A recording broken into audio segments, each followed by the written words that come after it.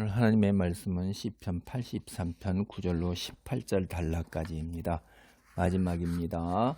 이스라엘이 절대절명의 위기에 있을 때 이제 하나님께 간절히 기도하고 있는 곳에서 오늘 단락은 과거에 하나님께서 이스라엘 역사에 얼마나 이렇게 개입을 하셔서 이스라엘 역사에 길이길이 빛나도록 이렇게 하셨는가 하는 것을 기억하는 사건으로 9절로 12절 단락은 이제 두 가지 얘기를 얘기해요. 그 기드온 있죠. 그리고 이제 드보라 이야기입니다. 이게 그래서 기드온 이야기도 우리는 주일학교에서 드보라 이야기도 주일학교에서 많이 듣는 이야기죠. 보겠습니다. 9절입니다. 주는 미디안인에게 행하신 것 같이 기손 시내에서 시스라와 야빈에게 행하신 것 같이 그들에게도 행하소서. 미디안인에게 행한 것이 이제 이게 그 기드온의 역사고 시스라와 야빈이 시스라와 야빈 이게 이제 드보라의 역사죠. 그들은 엔돌에서 패망하여 땅에 거름이 되었나이다.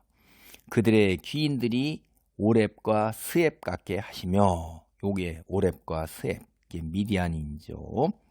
그들의 모든 고관들은 세바와 살문나 같게 하소서. 이게 우리가 뒤에 살펴보겠습니다. 사사기에 나오는 겁니다. 시스라와 야빈이라는 것은 이제 여기 우리 그 드보라 선지자가 물리쳤던 그 왕들이죠. 근데 여기에 오렙과 스앱, 세바와 살문나는 기드온이 물리쳤던 이 미디안의 왕들일 겁니다. 그들이 말하기를 우리가 하나님의 목장을 우리의 소유로 취하자 하였나이다. 그렇게 쳐들어왔지만은 결국 그때에도 이제 상당히 절대절명의 위기였죠. 그런데 하나님께서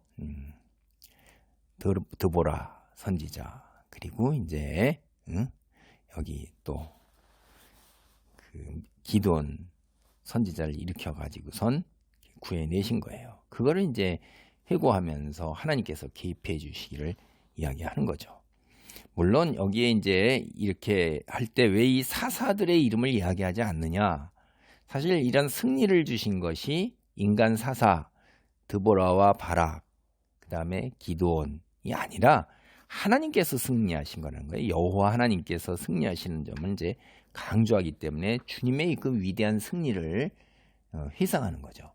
사사기 6장에서부터 8장까지 기록된 기드온의 승리가 9절 11절에 나오는 거예요. 하나님이 베푸신 놀라운 기적입니다. 이제 시스라와 야빈의 이야기가 9절 하반절로부터 10절까지예요. 9절 하반절로부터 10절까지인데 이게 이제 드보라와 바락 시대 이때의 전쟁의 해상이에요.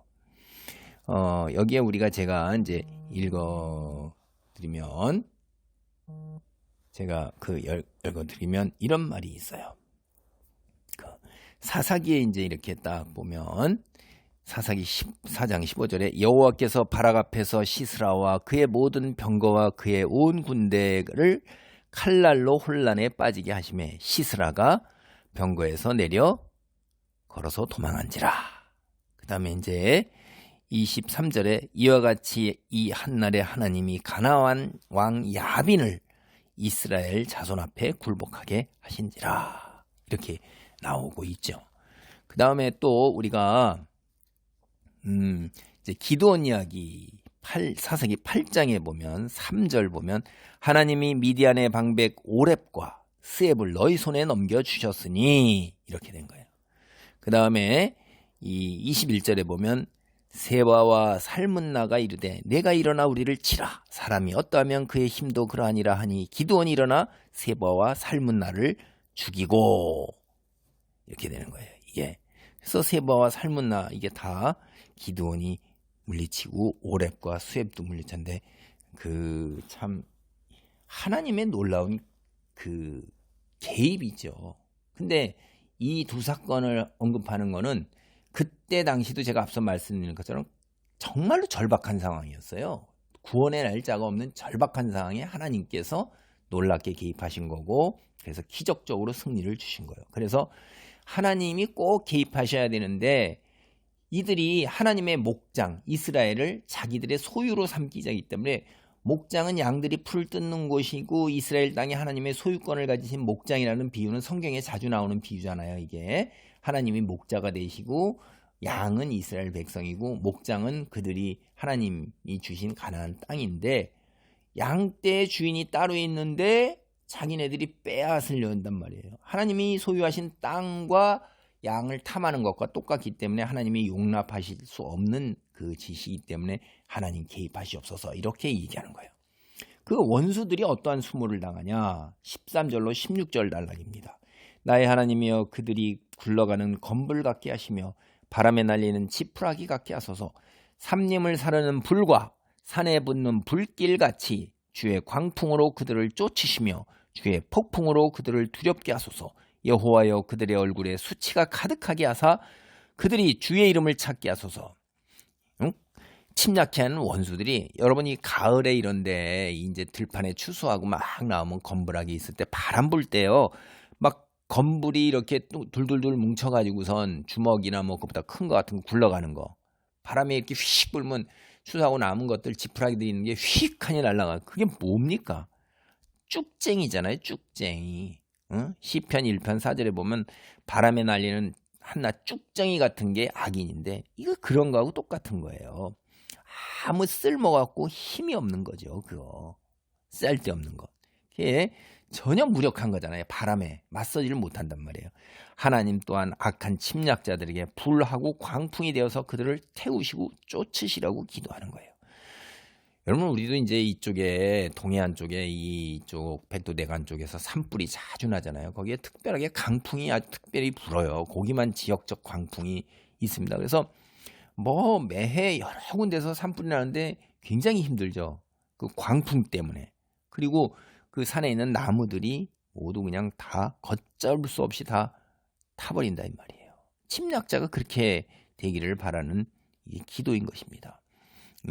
쉴 새 없이 몰아치는 폭풍 이거 얼마나 무서워요. 바다에 말할 수 없이 무서운 거예요. 어떤 영화를 보면 그 폭풍 속에서 용감하게 불을 끄다가 전부 다 산화해서 불길에 갇혀서 그 두려움이죠. 산불을 끌어간다는 게 굉장히 무섭고 생명을 내놓아야 되는 때로는 그런 것들인데 두려워 떨게 해달라고 기도를 하는데 이 침략자들이 이제 어려움도 없이 저 별 볼 일 없는 저 이스라엘 금방 차지할 것 같이 얘기하고 들어왔는데 큰 수치를 당해서 고개조차도 들지 못하는 거예요. 그리고 공포와 두려움 속에서 하나님의 능력을 확실히 체험하면서 그들 또한 주님의 이름을 찾는다 이 말이에요. 살려달라고. 그래서 이스라엘의 이름이 세상에서 지우기 이스라엘 이름을 갖다가 세상에서 아예 멸절 앞에 보면 그냥 멸절 삭제 도말하려고 침략해온 자들이 하나님의 이름을 오히려 찾게 돼요. 되게 참 인상적이죠. 그들이 이제 경배로 이어지고 있는 거예요. 하나님 경배로. 그래서 세상에 하나님 같으신 분이 없다는 걸 자기들이 믿는 신들이 다 허상이었고 그게 아니다. 하나님보다 더 결코 강하지 않다는 사실을 깨닫게 된다 이 말이에요. 그래서 17절로 18절 단락도 거기에 연장선에서 이어지고 있습니다. 그들로 수치를 당하여 영원히 놀라게 하시며 낭패와 멸망을 당하게 하사 여호와라 이름하신 주만 온 세계의 지존자로 알게 하소서. 그렇죠? 앞서 드렸던 그 16절 기도가 더 확대되고 부연 설명이 되는 거예요. 원수들이 이제 큰 수치를 당해서 평생 잊지 못하고 실패와 멸망 속에서 오직 여호와 하나님만이 이스라엘이 믿는 여호와 하나님만이 온 세계의 지존자 신들 중에서 가장 으뜸되는 결코 누구도 넘볼 수 없는 거기에 이제 지존자라는 이런 명칭을 부르는 겁니다. 이 침략해온 원수들마저 세상에는 하나님 같으신 이가 없구나. 하나님만이 참 하나님이시구나 라는 것을 인정하고 고백하고 그래서 회개하게 해달라 이렇게 기도하는 거죠. 그래서 벌써 여기에도 보면 이것도 종말론적이에요. 온 세상 열방 하나님을 모르는 이 민족 사람들이 하나님을 알게 되고 하나님께로 돌아오는 놀라운 역사 그거를 위해서 기도하고 있는 거예요. 이스라엘은 당장 국가가 멸망하는 가운데에서 성령이 역사하사 놀라운 종말론적인 메시아적인 여호와의 마지막 날에 이 기도를 성령에 충만해서 드리고 있는 게 오늘날 우리가 그걸 보는 거고 종말론적인 의미가 같이 담겨 있는 것을 깨닫게 됩니다. 하나님 감사합니다. 성경이 가로줄, 씨줄, 날줄, 세로줄로 너무나도 빼곡하게 연결되어 인간의 머리로 다 이해하기 어려울 정도로 아버지 하나님이 긴밀하게 연계되고 목선이 깔려 있음을 봅니다. 오늘 여기서도 이스라엘은 당대의 멸망 속에서 하나님께 부르짖지만 여호와의 날, 종말의 날, 메시아의 날을 또한 함께 부르짖고 있습니다. 온 열방이 하나님을 믿는 아버지 하나님의 그 날이 속히 도래하기를 간절히 기도합니다. 예수님 오시기 벌써 전에도 이렇게 오랜 세월 전에도 이렇게 하나님께 온 열방이 하나님을 찬송하는 그날, 찬양하는 날, 하나님 앞에 나와 여호와 하나님만이 유일하신 창조주여 지존자이심을 고백하는 날이 오기를 기도하고 있는 것을 봅니다.